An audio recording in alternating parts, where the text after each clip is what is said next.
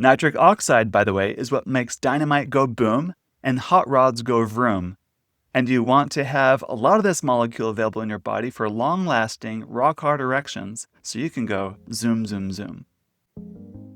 I have deep respect and reverence for the incredible bodies that God has created.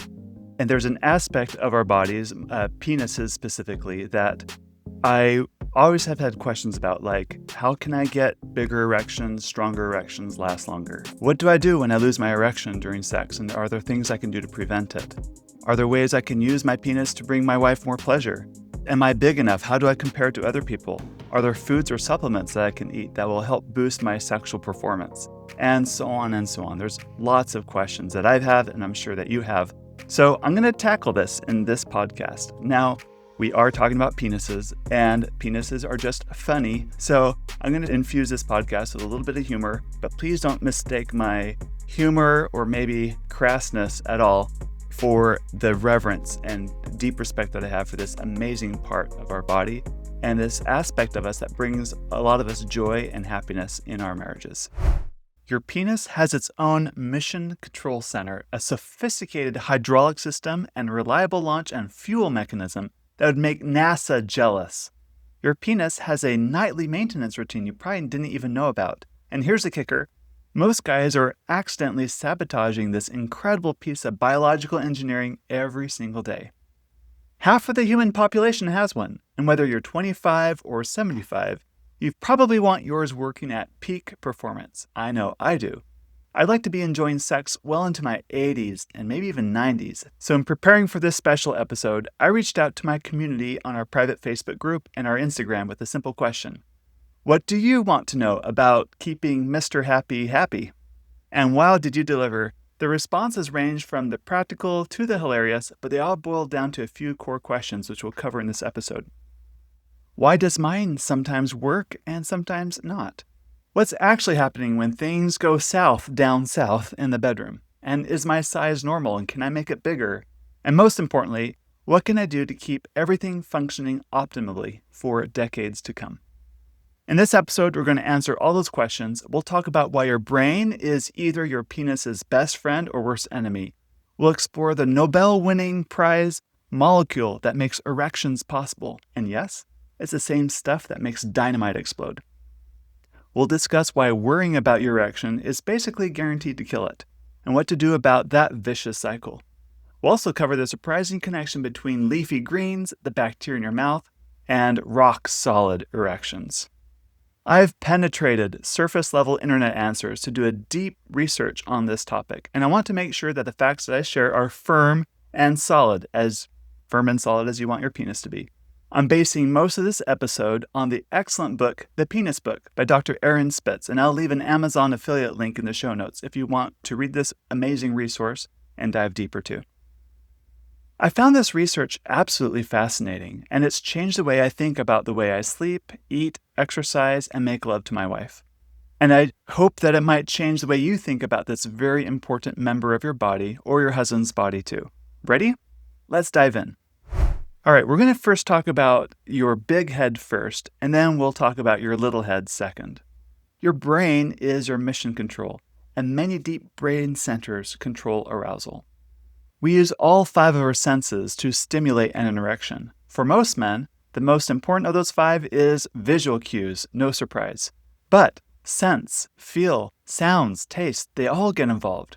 Even our memories and associations can also directly trigger the brain to send the signals down the spine that trigger a chain reaction of other signals to the penis to get pumped up, ready for launch.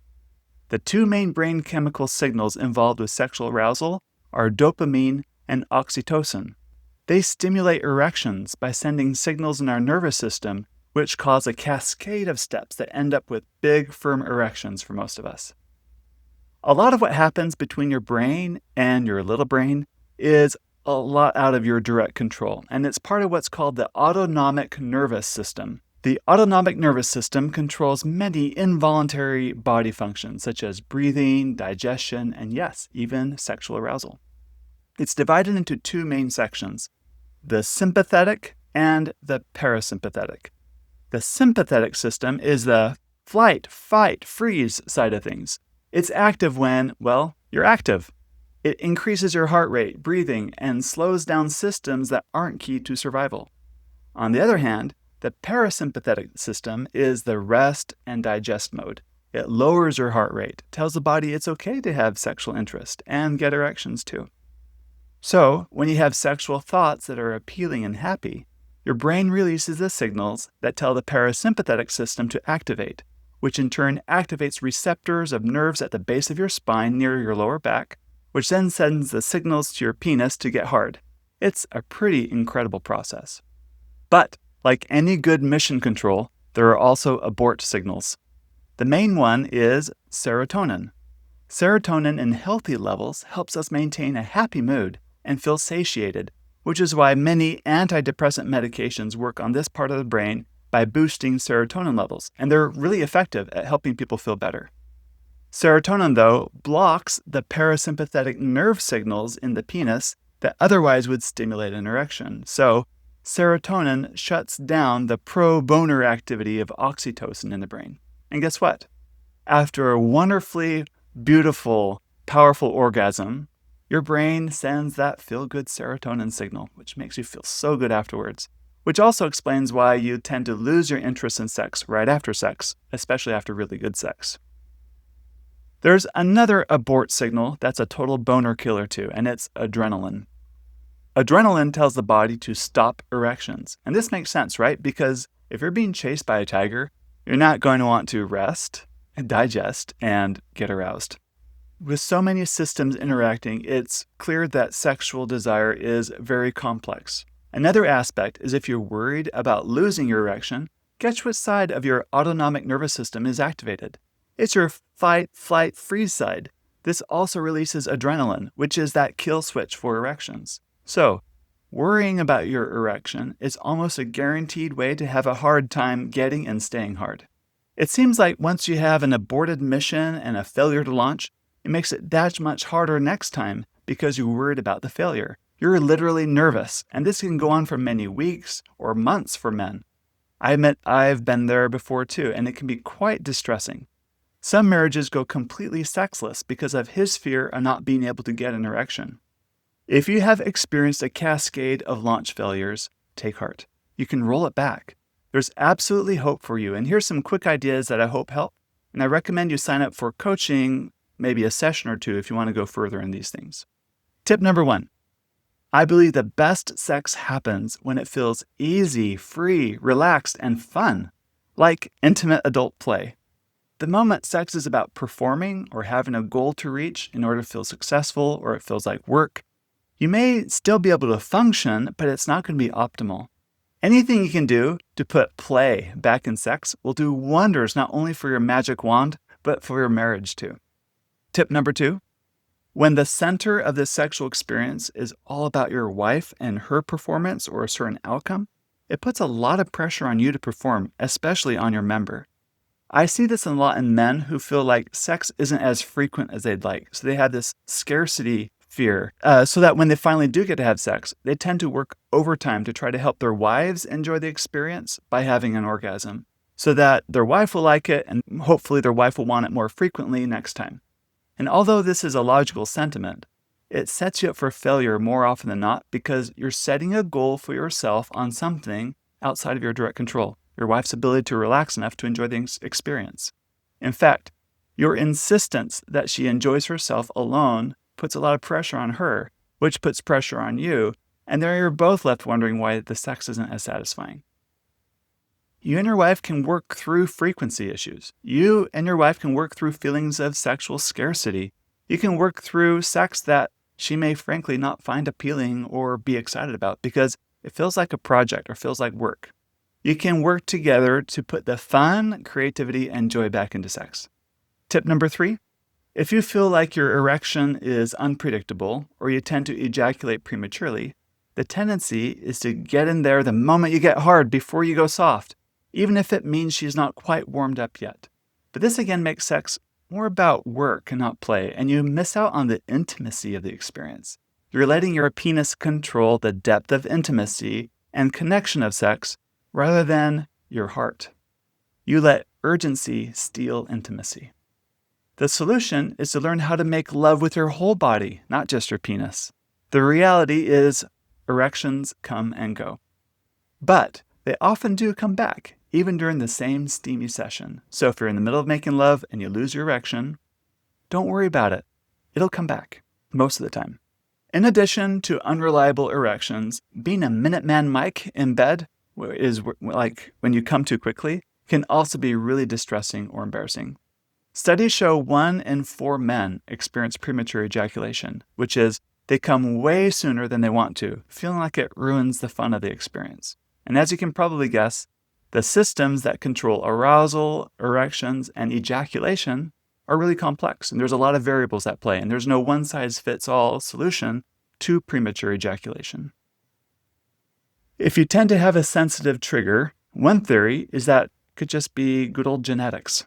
I read of a study that brothers in families tend to share premature ejaculation symptoms, indicating there could be a genetic link to why some men are predisposed to premature ejaculation. But that's a really tough thing to study because it's hard to find a significant number of test subjects that you can study in father-son pairs in a lab, right? I mean, wouldn't that be awkward conversation with your own father, asking about his struggles with PE?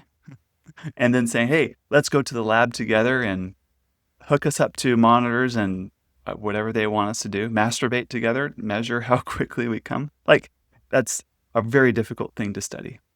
So they rely on surveys instead, which aren't as scientifically sound. So we struggle to really understand the real link with premature ejaculation. Not only that, some people have acquired PE, meaning they used to be fine, but something has happened and now they've become a premature ejaculator. That usually indicates a psychological factor. And so some really good coaching can help understand the processes going on in the brain to help slow things down so you can enjoy longer sex sessions again.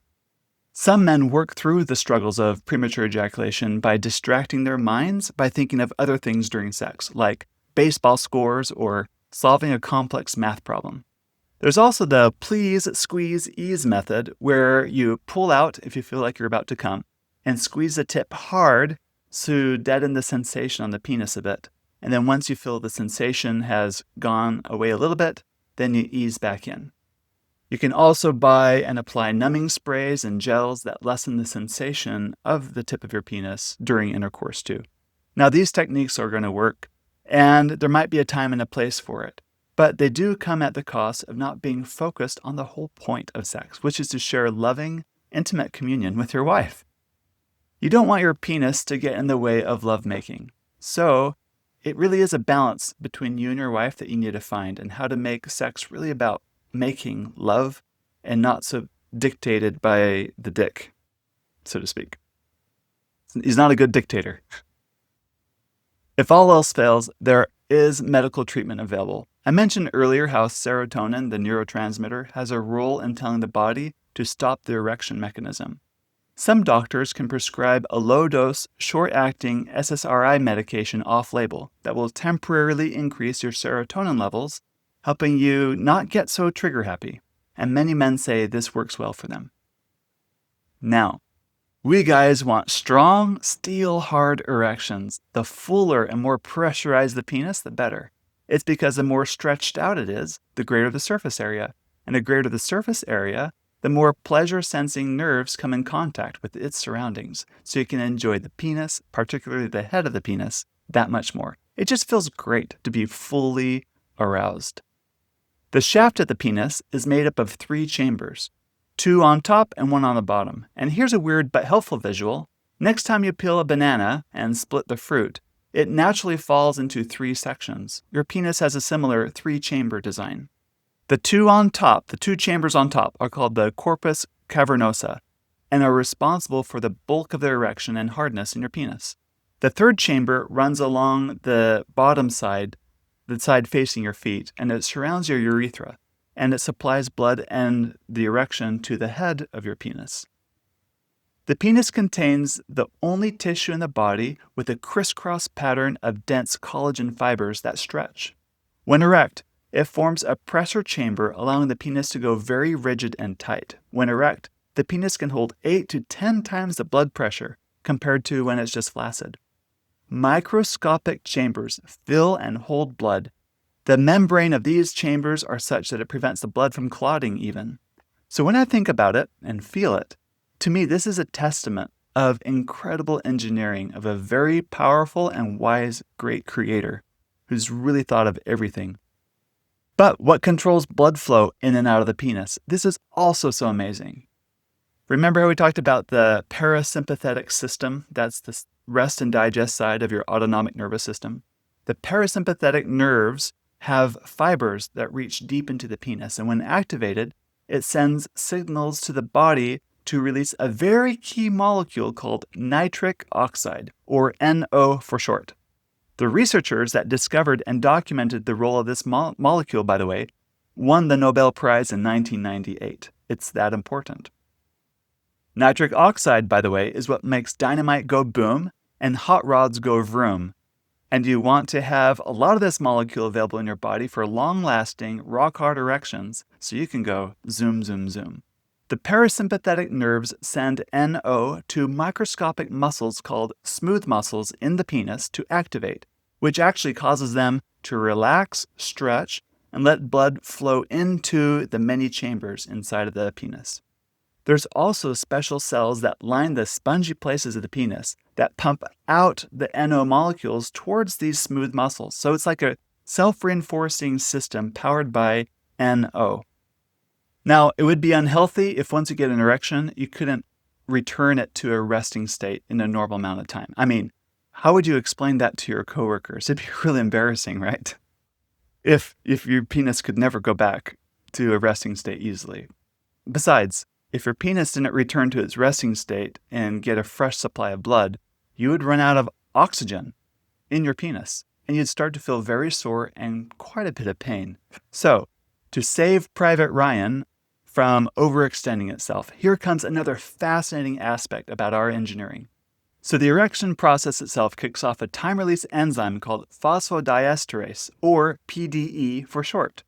PDE is responsible for shutting down the stimulating effects of NO, that nitric oxide, over time. Fun fact, in the late 80s and early 90s, pharmacy researchers were testing a new heart medication that had a byproduct of slowing down the effect of the PDE enzyme when it was operating.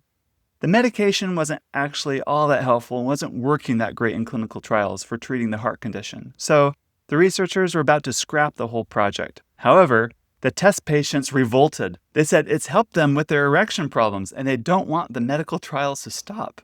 Finally, they had a great sex life again. Don't stop the medical trial. The pharma researchers were quick to capitalize on this discovery, regroup, and refocus on this new trajectory. And that's how Viagra and other related drugs were discovered. Viagra will not give you an erection on its own, as that's caused by other processes. But once you have an erection, it maximizes the wind-up benefits of NO by slowing down the PDE-enabled wind-down process so that you can keep your gains longer. In my research, I found that there are many natural foods that also contain these PDE5 inhibitors that Viagra has.